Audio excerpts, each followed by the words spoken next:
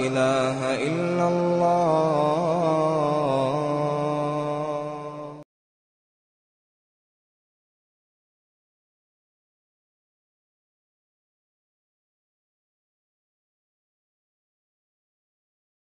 Non, donc c'est Jérôme, mon nom à la base. Sinon j'ai pris Islam comme nom après. Et c'est Bruce, mon nom de famille. J'ai 21 ans. On va dire que je suis dans une famille d'athées.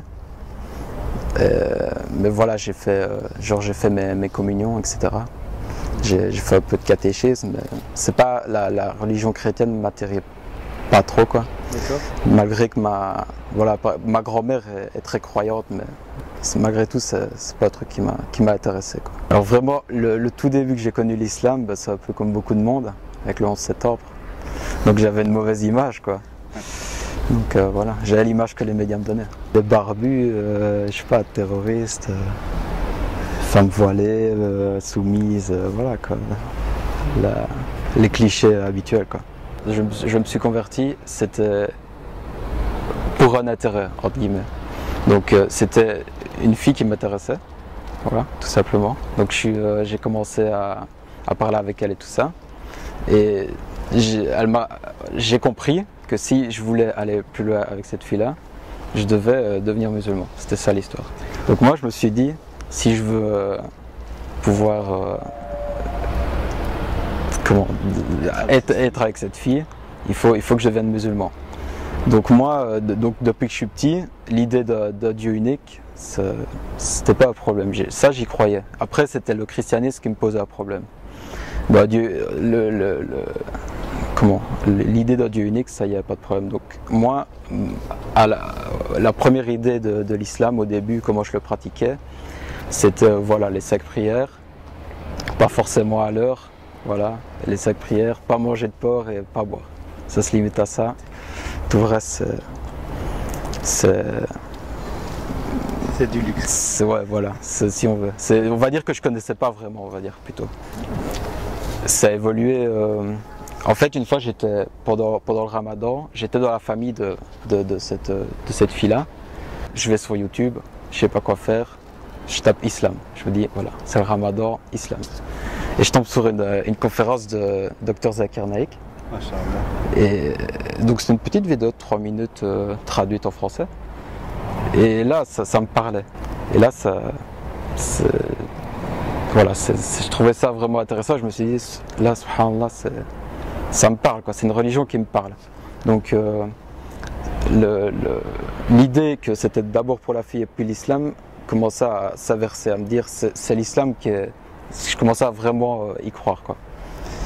Et par la suite, j'ai continué à vivre un peu une vie normale, donc un peu comme tous les jeunes, quoi. Je faisais un peu comme tous les jeunes en Belgique qui ne sont pas forcément musulmans. Et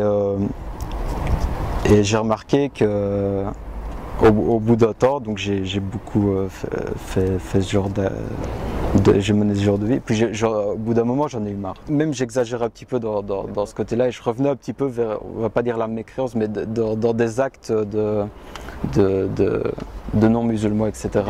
Voilà. Et là, à un moment, j'étais un peu trop loin et j'en ai eu assez. Je me suis dit, c'est pas comme ça que je veux être, etc. Et là, j'ai coupé un peu les ponts avec les fréquentations que j'avais, les mauvaises fréquentations que j'avais. Et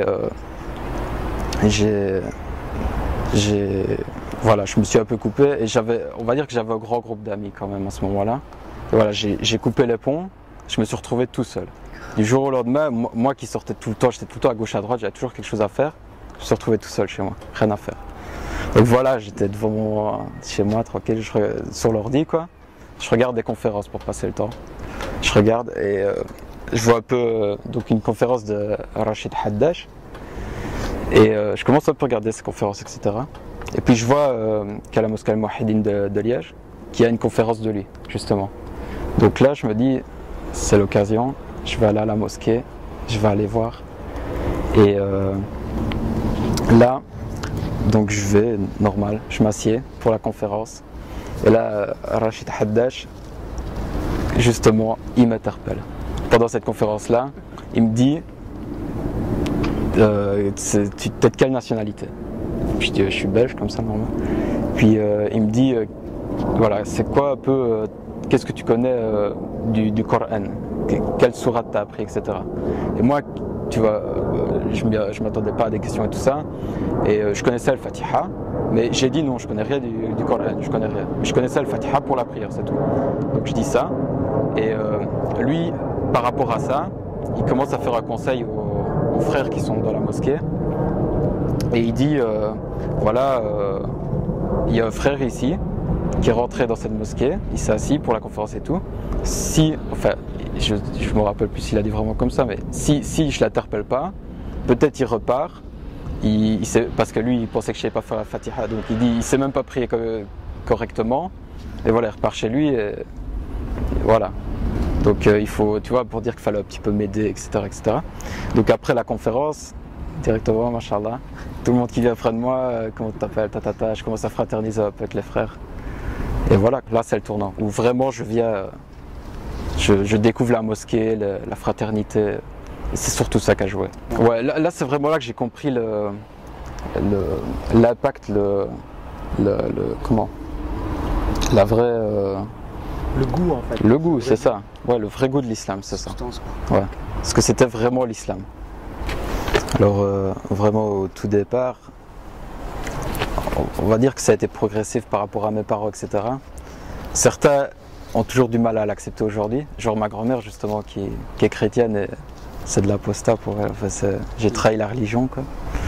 Et mes parents qui sont athées, eux l'acceptent petit à petit. Mais au début, c'était catégorique, ça leur faisait peur. Parce qu'ils avaient l'idée aussi un peu, comme j'ai expliqué avec le 11 septembre, etc. Ils pensaient que c'était des gens qui m'avaient un peu enroulé dans tout ça, ils avaient un peu peur.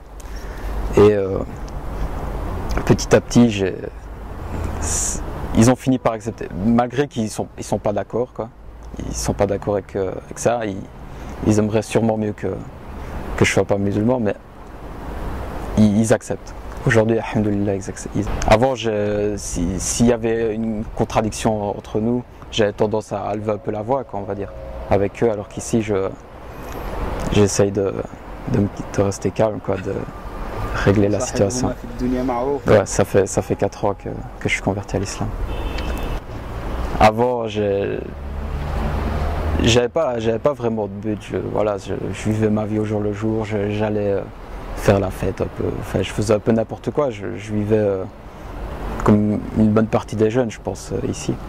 Et là, voilà, j'ai enfin un but dans la vie, une vie structurée, quelque chose qui me motive à avancer, à faire quelque chose de bien, quoi. Donc moi, si je devais donner un seul conseil, ce serait de bien choisir ses fréquentations. Ça, c'est vraiment la base, parce que pour moi, c'est ce qui a changé, qui m'a fait passer d'un stade à l'autre un peu. Et c'est très important, parce que quand quelque chose va mal, quand tu as un problème ou quoi que ce soit, si tu as des mauvaises fréquentations, ils vont te proposer des choses mauvaises pour que tu ailles mieux, mais ça fait que reporter le problème au final. Alors que quand tu as des gens pieux, des gens bien autour de toi, ils te proposent des solutions à long terme, des solutions qui sont bonnes, qui sont bonnes pour toi. Et voilà. Réussir ma vie pour accéder au paradis, Inch'Allah.